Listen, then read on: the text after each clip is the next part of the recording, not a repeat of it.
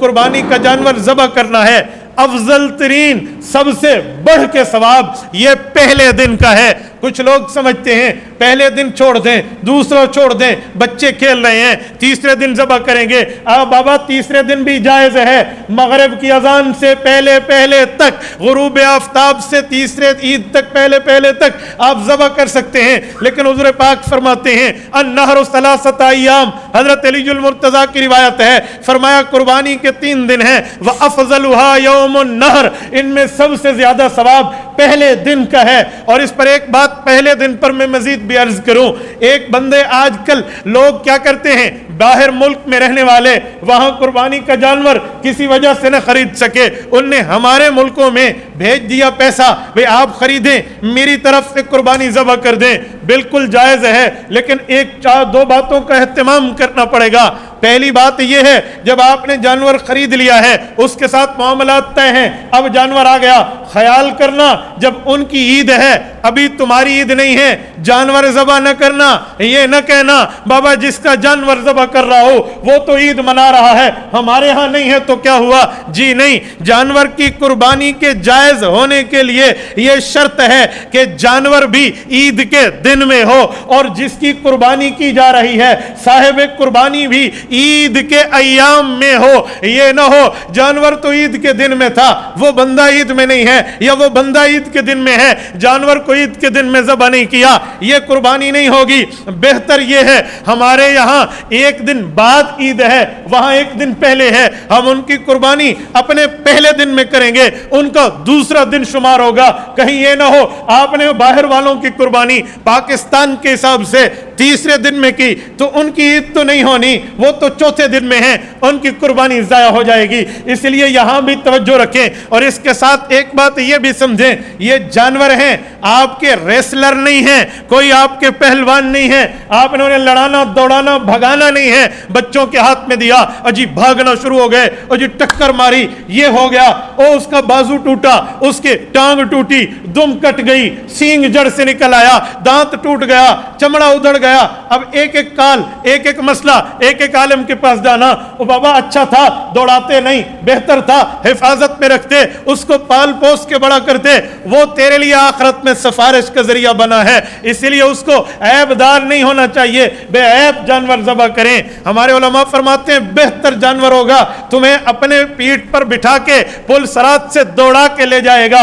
एक बंदा पूछने लगा, मौलाना मैंने तो 50 साल से कुर्बानियां की हैं, इतनी मेरी उम्र है, अब मेरे तो 50 जानवर होंगे, तो फिर वो तो एक ही काफी था, वो मुझे पुल सरात से ले जाता, 50 जानवर होंगे तो कौन सा ले जाएगा। मैंने कहा भला ये भी कोई मसले की बात है, कॉमन सेंस हल कर देता है, अकल हल कर देती है, सोच और फहम हल कर देती है, फिरासत और दानाई इस जवाब को ले लेगी। कहा जी वो कैसे। मैंने कहा आपकी मिल्कियत में मोटरसाइकिल भी है, साइकिल भी है, कार भी है, मेहरान भी है, और GLI भी है, प्रोडो भी है, लैंड क्रूजर भी है, आपने सफर करना है, किस गाड़ी पे करेंगे। कहते हैं देखूंगा रश की जगह है बाइक ले जाऊंगा, छोटी मोटी कोई जगह, वो कोई स्पीड ब्रेकर वगैरह की नहीं है, सीधा ब्लैक टॉप रोड है, मैं छोटी गाड़ी ले जाऊंगा, पहाड़ी सफर है बड़ी गाड़ी ले जाऊंगा। मैंने कहा देख लिया, आप सिलेक्शन करेंगे।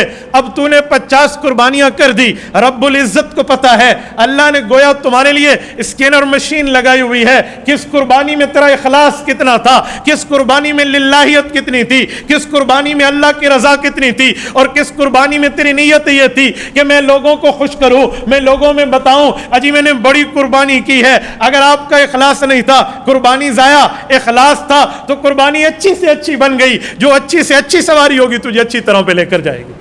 इससे ये नहीं है जी मुझे कैसे लेकर जाएंगे, मामला कैसे होगा। ऐबों में समझो, अगर किसी जानवर के दांत टूटे हैं और वो यूं टूटे हैं कि वो चारा ही नहीं खा सकता, कुर्बानी नहीं हो सकती। अगर किसी जानवर के कान कटे हैं और कान तीसरे हिस्से से ज्यादा कट गया है, जो कुर्बानी नहीं हो सकती। खाली कोई 1-2 सुराख हैं, कोई नंबरिंग लगाने के लिए इज्तिमाई कुर्बानी में मामला है तो हो सकता है, ऐसी कोई बात नहीं है। इसी तरह अगर किसी जानवर के पांव में कोई प्रॉब्लम है तो चलने में देखा जाएगा, اگر وہ اس پرابلم والے پاؤں میں مدد لے کر چلتا ہے, زمین پہ اس سے اپنا سہارا لے کر چلتا ہے تو قربانی ہوگی, اور اگر لنگڑا پن ظاہر ہے, وہ زمین پہ سہارا نہیں لیتا, قربانی نہیں ہو سکتی. اسی طرح خصی جانور ہو, اس کی قربانی افضل ہے. اللہ کے رسول خصی جانور کی قربانی کیا کرتے تھے. میں خصی جانور کہہ رہا ہوں, شیمیل نہیں کہہ رہا. جو بائے برتھ خصی ہے اس کی بات نہیں کر رہا, وہ ہجڑا جانور ہے, اس کی قربانی نہیں ہوتی. جو پہلے صحیح ہو پھر اسے خصی کیا جائے, اس کے اپنی جگہ فوائد موجود ہیں. اس جانور کی قربانی یہ افضل قربانیوں میں شامل ہے میرے بھائیوں. اسی طرح آپ دیکھیں کسی جانور میں اندھا پن ہے, اندھا پن اس کی ایک آنکھ میں ہے, آپ ایک آنکھ پہ کاغذ رکھیں, دوسری آنکھ سے چارہ کھاتا ہے یا نہیں, وہ کوئی حرکت موومنٹ کرتا ہے یا نہیں, کوئی اشارے سے دیکھے. اگر اندھا پن ہے آنکھوں میں قربانی نہیں ہوتی, لیکن اندھا پن نہیں ہے, چارہ کھا سکتا ہے, صرف کوئی نظر کا پرابلم ہے, کوئی 1 2 3 نمبر کی اینک وغیرہ کی ضرورت ہے, تو اس جانور کی قربانی ہو جائے گی, کوئی مسئلہ نہیں ہے. اینک نہ لگے, میں مذاق نہ لگے, تو اس جانور کی ہو جائے گی, لیکن کوئی اتنا پرابلم نہیں ہے.